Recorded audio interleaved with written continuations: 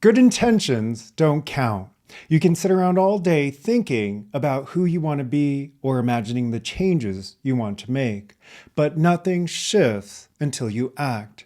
And not just any action, but consistent, aligned action that actually trains something new.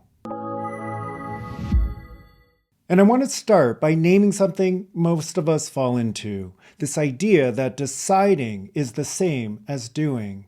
It shows up in subtle ways. We say, I decided I'm going to get healthier, or I've decided I want more presence in my relationship, or I've decided I want to be calmer at work.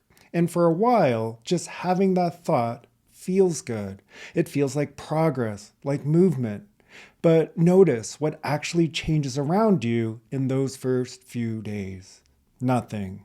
The house looks the same. Your relationships look the same. Your body looks the same. Because a decision or intention is just a thought. It's not yet a trained pattern. It's not yet an action repeated enough times to become natural. We confuse thinking about it with training it. That's why people get frustrated when results don't show up as quickly as their motivation fades. They mistake that first rush of intention for actual transformation. But here's the catch. If thoughts don't come first, what actually drives the shift? Thoughts by themselves don't translate into new results. They don't exist in isolation. They're shaped by the emotional state you're in. Think about it. You'll literally think different thoughts when you're frustrated than when you're steady. Different thoughts when you're in doubt versus when you're in certainty. Same situation, different inner state. And suddenly the options that occur to you change. That's why we can have the best intentions in the world and still fall back. Because if the emotional pattern underneath doesn't shift, the thought can't hold. It collapses back into the old track. And when that happens, your actions follow. This is why intentions without consistent action always fade. They're not anchored in a state that's been trained into the nervous system. It's like planting a seed without soil. For a few days, it looks promising, but without roots, it withers. So let's make this real. How does this collapse actually show up in everyday life? Fitness is the clearest example. Someone says, I'm committed this time. I'm going to the gym. I want to lose weight. The intention is strong. They feel motivated for a week. They go 3 or 4 times, and then it stops. Not because they didn't care, not because they weren't serious, but because the emotional state underneath stayed the same. If every workout is fueled by frustration, I hate how I look, I need to fix it, then that's the state being reinforced. And frustration is heavy. It drains. It's not sustainable. So the nervous system goes back to the old habit because it's easier than training against frustration every time. Same thing in relationships. One person decides, I want to show up with patience, with kindness. That's the intention. But when stress hits, they train irritation. They train defensiveness. They train sarcasm. And pretty soon, the nervous system learns this is the default when pressure shows up. Not patience, not kindness. So the relationship feels stuck in the same cycle, no matter how many times the intention is reset. At work, it's no different. I've seen leaders say, I want to be steady, respected, calm in tough situations. That's their commitment. But when conflict arises, they avoid it. They over-explain. They train anxiety. The nervous system takes that repetition and locks it in. Conflict equals panic. And the cycle repeats until they start training a different state, like certainty, and taking action from there. So what's really happening here? Why do good intentions so often hide a deeper misalignment? There's a subtle trap in all of this.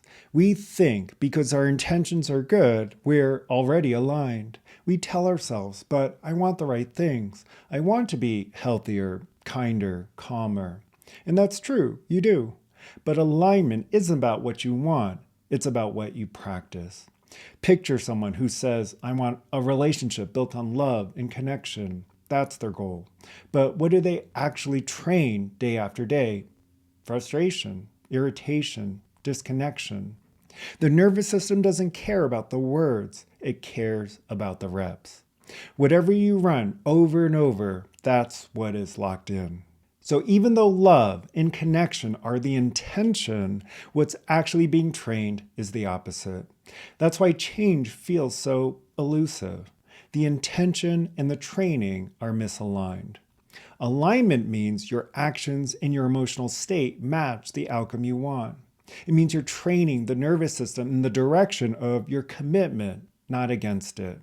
And this brings us to the heart of it, why action is more than effort, why action is the very place your nervous system learns. Action is where training happens. It's where the nervous system gets feedback. Take patience. If you only intend patience, but every time stress hits, you act from irritation, then irritation is what's trained. But if you redirect, if you choose patience and then actually act from it, your nervous system records that. And with enough reps, patience becomes the new normal. This is why it's not just about doing more. Anyone can grind through actions misaligned with their state. That only reinforces the old pattern. It's about taking action from the state you're committed to training. That's aligned action. And here's another common misunderstanding. Waiting is not training. People think if I just give it time, things will shift. But waiting doesn't build anything new. It only deepens the state you're already in.